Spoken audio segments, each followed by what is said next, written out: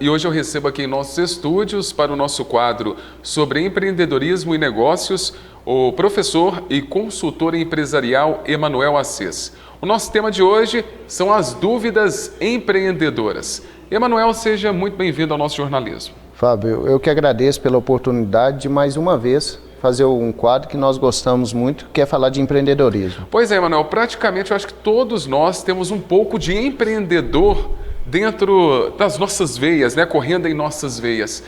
Praticamente o brasileiro já nasce, né, com essa possibilidade de poder abrir o seu próprio negócio, de querer, né, ser seu próprio patrão.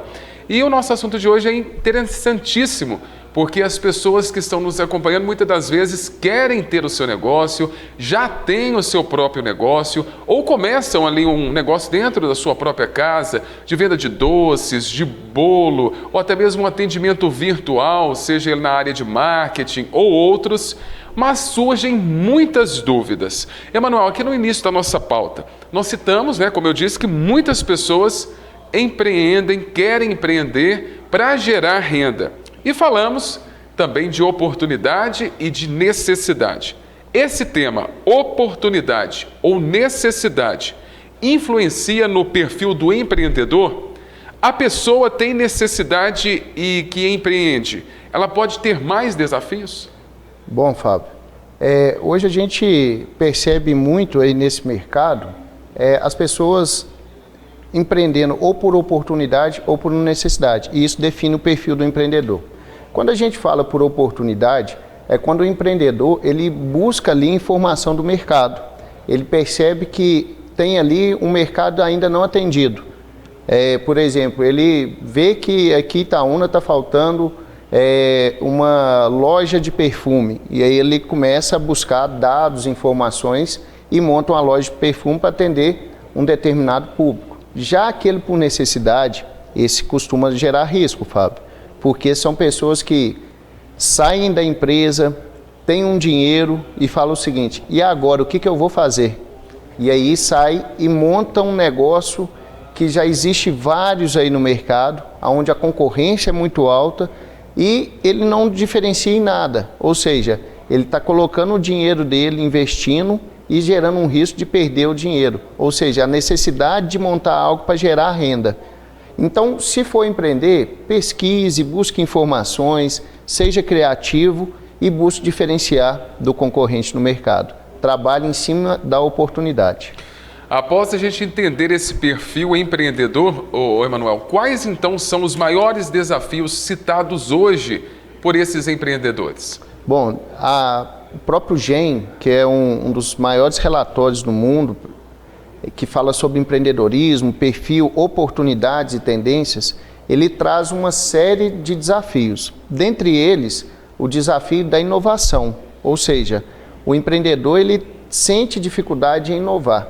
Só que eu falo assim, todo mundo lembra de inovação como tecnologia. Não, a inovação pode ser uma melhoria no seu processo, ou seja, na área que eu estou atuando, ninguém faz entrega.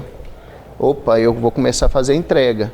Há poucos dias aqui na nossa cidade, eu vi um borracheiro drive-thru, ou seja, ligou, ele vai até você. Isso é inovação, não existe. Então ele tem uma Kombi, a pessoa pede, liga, ele vai até o local ali fazer aquele atendimento. Eu posso fazer inovação, Fábio, na embalagem.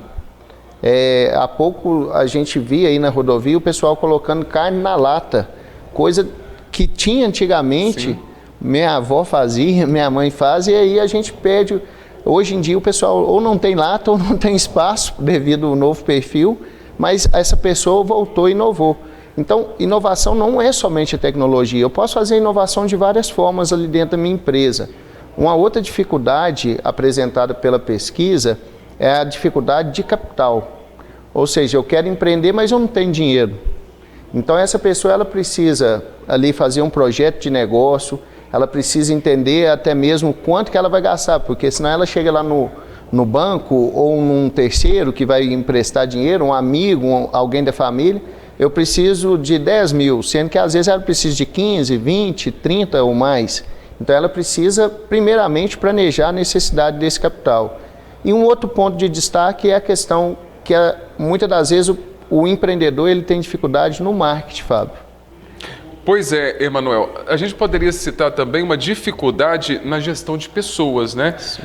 Nós aqui na TV mesmo, a gente tem essa dificuldade de captar, né, pessoas para o quadro da área de comunicação. Nós estávamos até comentando isso aqui em off.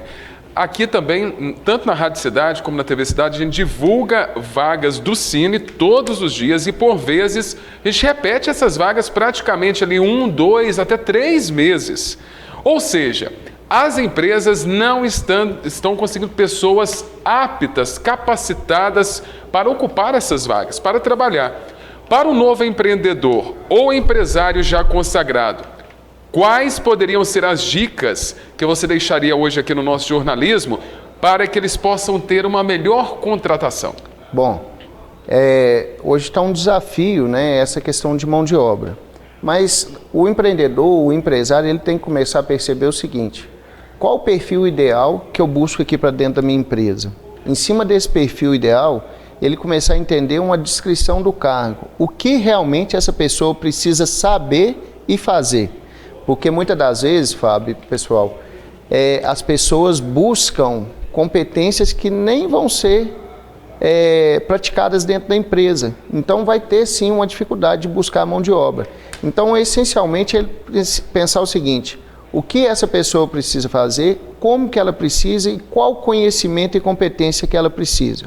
Falo sempre com as pessoas o seguinte: hoje um grande desafio é comportamento, ter iniciativa, proatividade, saber comunicar, saber escrever ali aquele negócio. Então eu vou buscar comportamento e de repente competência técnica, saber escrever, saber Excel, eu vou desenvolvendo ali dentro, porque hoje nós ainda temos empresas evoluindo muito rápido e muitas das vezes a mão de obra não se qualificando. É uma grande dificuldade, pois muitas das pessoas pararam no tempo, Fábio.